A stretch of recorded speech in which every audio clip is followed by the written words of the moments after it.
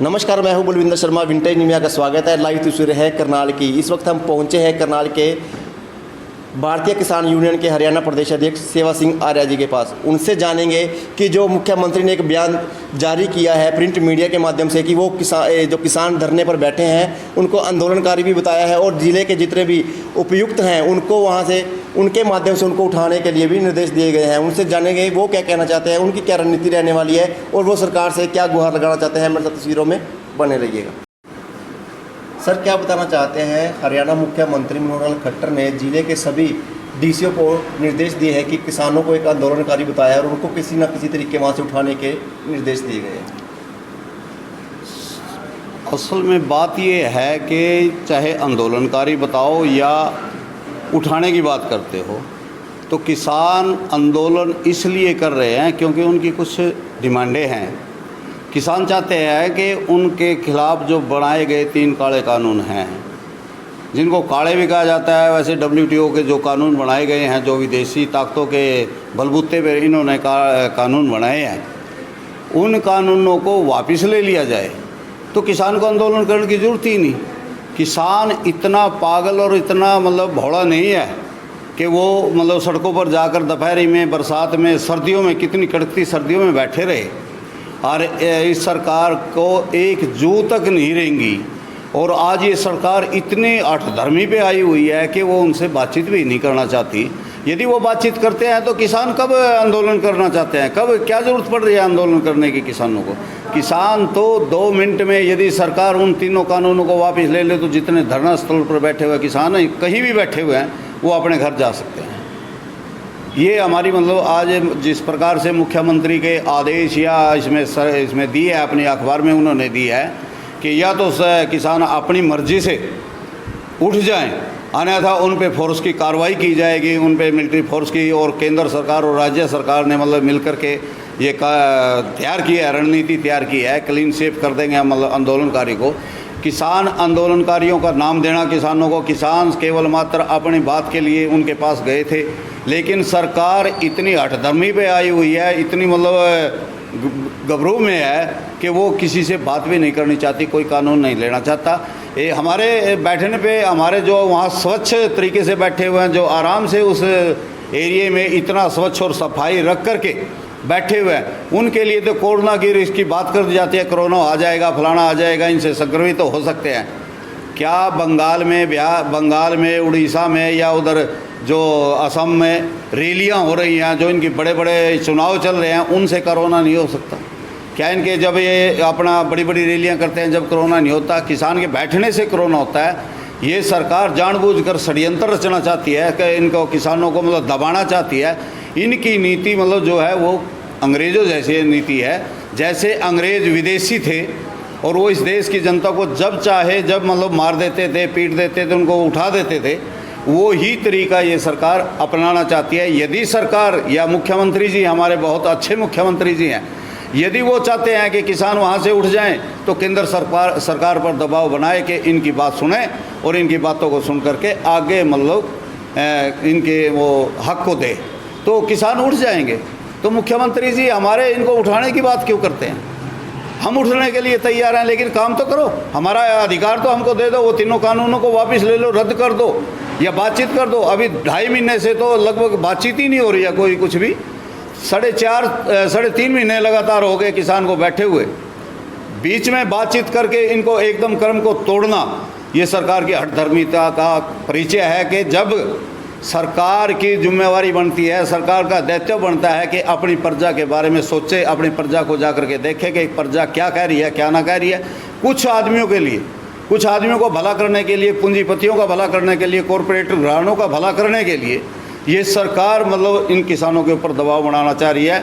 मैं फिर इनके मुख्यमंत्री जी से भी, केंद्र सरकार के मंत्री जी से भी कहना चाहता हूँ कि इस मसले को शांतिपूर्ण ढंग से हल कर दो, इनके साथ बातचीत करो, किसानों के साथ बातचीत करके इनको किसी भी तरह से राज़ी करके वहाँ से उठाए, अन्यथा ज़ोर ज़बरदस्ती हुई तो इसका नुकसान भी सरकारों को और इस देश को हो सकता है। पता नहीं क्या हो जाए, क्या मन में किसके है, क्या कैसे कैसे लोग वहाँ पर बैठे हुए हैं।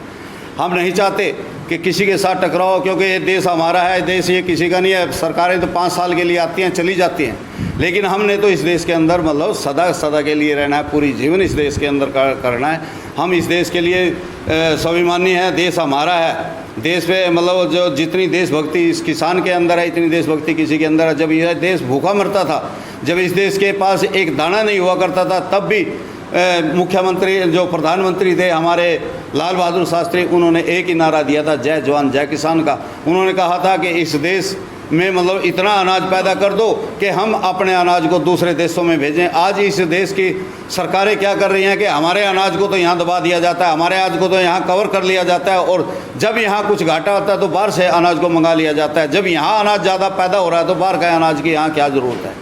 जब हमारी प्याज महंगी होने लगती है तो ये दूसरे प्रांतों से, दूसरे देशों से मतलब प्याज मंगा लेते हैं, गुड़ मंगा लेते हैं, शक्कर चीनी मंगा लेते हैं। क्या इस देश के किसानों को मतलब अधिकार नहीं है कि वो अपनी लागत के आधार पर लाभकारी मूल्य ले? इस किसान की भी सुनो और इन किसानों के साथ मतलब बातचीत करके उसका हल निकालें, ज़ोर ज़बरदस्ती ना करें। यदि ज़ोर ज़बरदस्ती हुई तो इसमें थोड़ा नुकसान भी हो सकता है, किसान का भी नुकसान होता है। किसानों को ये चाहते हैं कि वो वहाँ पर आदमी नहीं है, अभी हमारी फसल ख़त्म हो चुकी है, हमने अपनी फसल काट ली, भूंस थोड़ा मतलब उठा लिया है, अब सभी किसानों का रुख भी दिल्ली की तरफ होगा। मुख्यमंत्री का कहना है विरोध करना हर किसी का हक है, लेकिन समय सही नहीं है। देखिए, मुख्यमंत्री शाना आदमी है, मुख्यमंत्री हमारे पूजनीय भी हैं, अच्छे भी हैं, हमारे प्रांत के मुख्यमंत्री हैं। अधिकार है, प्रजातंत्र में अधिकार है, सबको बोलने का अधिकार भी है और वो भी करने का। लेकिन समय क्या है? जब हमने ये आंदोलन शुरू किया उस समय से आज तक, आज क्या समय आ गया है इसके ऊपर? आज कौन सी आफत आ गई इसके ऊपर? जब हम कोरोना टाइम में बैठे थे, कोरोना टाइम में जब ये कानूनों को बना रहे थे, जब ये संसद में पास कर रहे थे, राष्ट्रपति पे ज़बरदस्ती पास करवाया जा रहा था, तब कोरोना ये दिखाई नहीं दिया था। उस टाइम कोरोना नहीं था। लेकिन किसान बैठ जाता है तो कोरोना की आवाज़ आ जाती है, भाई बगावत की आवाज़ आ जाता है, पता नहीं किस किस प्रकार के हमारे को मतलब ये कहने की कोशिश करते हैं। लेकिन मुख्यमंत्री जी से मैं कहना चाहता हूँ कि किसान देशभक्त है और किसान ने कभी भी अपने देश के प्रति मतलब कोई नुकसान की बात नहीं कही। हमेशा किसान वफादारी के साथ रहेगा और इस देश को चलाता रहेगा। इस देश की व्यवस्था को भी बनाने में किसान की अहम भूमिका होती है। लेकिन आपके जो राजनीतिक जो लोग हैं, वो कुछ लोग जो आपके पार्टी के लोग हैं, वो अलग अलग बयान दे करके षड्यंत्रकारी नीतियों का हिसाब बना करके इन लोगों को पता क्या क्या बात कहते हैं, कभी कुछ कहते हैं, कभी बोल देते हैं ये उग्रवादी हैं, कभी कुछ। ये आपकी पार्टी के लोग ही इन किसानों को भड़काने के मेन आदमी हुआ है। अगर सरकार द्वारा किसानों को उठाने के लिए जोर जबरदस्ती की जाती है तो किसानों का आगे क्या? देखिए, किसान वहाँ निहत्थे बैठे हैं। यदि सरकार जोर जबरदस्ती करेगी तो हो सकता है कि वहाँ भी प्रतिशोध होगा, आदमी मर भी सकते हैं। ये प्रतिशोध करने से पहले सरकार को 100 बार सोच करके या तो इन तीनों कानूनों के बारे में विचार विमर्श करे। सरकार केंद्र सरकार से इनका विचार विमर्श करा करके जब ही हरियाणा सरकार ने कोई अगला कदम उठाना चाहिए। हरियाणा सरकार केंद्र सरकार को कहने की बात तो नहीं करती कि हम जा कर के वहाँ दबाव देंगे, हम उनको कहेंगे कि ये कानून हरियाणा और पंजाब या पूरे देश के लिए खतरनाक है, क्योंकि इन कानूनों के तहत हमारे देश की जो अर्थव्यवस्था है उसका भी नुकसान होगा।